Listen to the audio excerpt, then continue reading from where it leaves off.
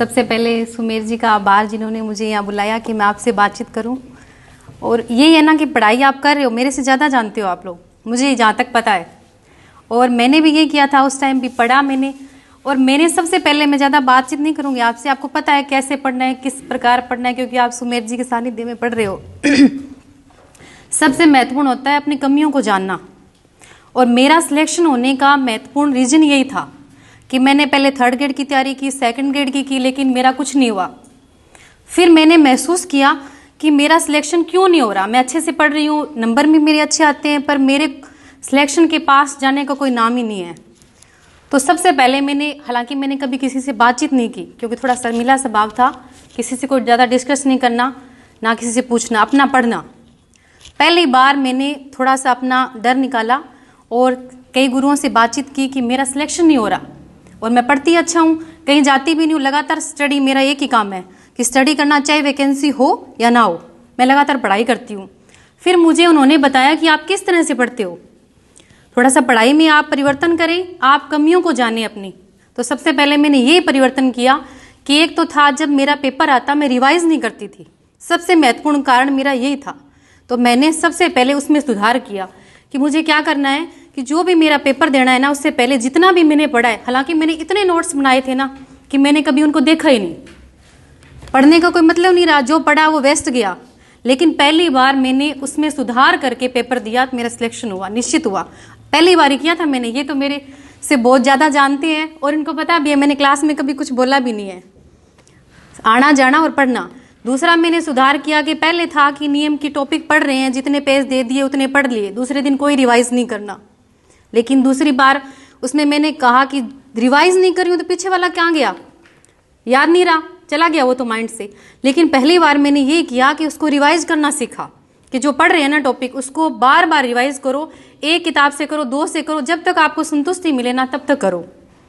यानी कहने का मतलब ये है कि जब वो तैयार हो जाए ना तब तक आप उसको तैयार करो, किसी के दिखावे में मत करो कि कोई कह रहा है कि हाँ मैंने इतना पढ़ लिया, तूने तो यही नहीं पढ़ा, ऐसा मत करो। जब आपको संतुष्टि हो जाए कि हाँ अब ये मेरा मैटर तैयार है ना, तब उसको छोड़ो। आप जरूरी नहीं है कि आप 5 टॉपिक एक दिन में करो, आप उतने टॉपिक करो जितने आपसे हो पा रहे हैं, लेकिन आप करो लगातार। दूसरी बात ये होती है कि पढ़ाई में लगातार कंटिन्यूटी जरूरी है। मैंने 2013 के लगभग पढ़ाई शुरू की थी और मैंने तभी छोड़ा जब मेरा सिलेक्शन हुआ। उसके बीच में मेरे को याद नहीं कि मैंने एक दिन भी पढ़ाई छोड़ी है क्या, लगातार चाहे वैकेंसी थी या नहीं थी, मैंने पूरा पढ़ा और यही था कि सफलता निश्चित मिली। कई बच्चे क्या करते हैं कि जब उनका टाइम आता है ना पढ़ने का या मतलब सिलेक्शन होने का, वो छोड़ देते हैं कि नहीं अब हमारा कुछ नहीं होने वाला, हमने पढ़ लिया, बहुत पढ़ लिया, लेकिन कुछ नहीं हो रहा। लेकिन वही समय होता है आपका कि आपने पढ़ा बहुत है लेकिन उसको गुणा नहीं आपने, जिस दिन आप गुण लोगे ना उस दिन आपका सिलेक्शन निश्चित हो जाएगा। और आप लोग हैं इतिहासकार, आप तो बहुत ज़्यादा पढ़ते हो, जानते भी हो, सर के सानिध्य में हो, इसका मतलब है कि आप निश्चित लेक्चरर बनोगे।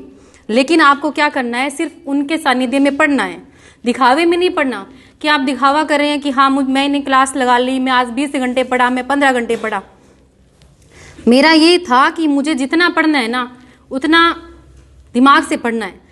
सोना पूरा है, ठीक है, कोई रात को पढ़ता है, कोई दिन में पढ़ता है, ये किसी के देखा देखी नहीं होता। कोई बच्चा दिन में पढ़ लेता है, कोई रात को पढ़ लेता है। मैं कभी रात को नहीं पढ़ी क्योंकि मेरे से याद नहीं होता था, दिन में पढ़ना था रूटीन। लेकिन ये भी नहीं है कि किसी ने कहा 4 बजे उठ के पढ़ लो, अरे मेरे से याद ही नहीं हो रहा तो मैं 4 बजे क्यों उठूं। नींद भी पूरी करनी जरूरी है, लेकिन किसी को 4 बजे याद होता है तो वो 4 बजे पढ़ो, यही होता है ना। लेकिन कई बच्चे क्या करते हैं कि एक दूसरे के देखा देखी खड़े तो हो जाते हैं लेकिन याद कुछ नहीं होता। तो मेरा कहने का मतलब है कि आप पढ़ रहे हो, सही वे में पढ़ रहे हो, लेकिन आप अपनी कमियों को जान लोगे ना जिस दिन कि हमारी कमी कहाँ है और हम कहाँ गलती कर रहे हैं, उसमें सुधार कर लोगे ना, उस दिन निश्चित ही आप लेक्चरर या कोई भी पद जो जिसके लिए आप तैयारी कर रहे हो बन जाओगे। यही होता है। और दूसरा क्या है कि मुझे ये लगता था कि डर बहुत लगता था एग्जाम के पास में, बहुत ज़्यादा डर कि पेपर में जाने के बाद में क्वेश्चन ऐसे ऐसे गलत कर दिए जो आते थे मुझे अच्छे से। उस डर को भी मैंने थोड़ा सा कंट्रोल किया कि मुझे डरना नहीं है, मैंने किया है तो मैं कर पाऊंगी। यानी खुद में एक पॉजिटिविटी आनी जरूरी है।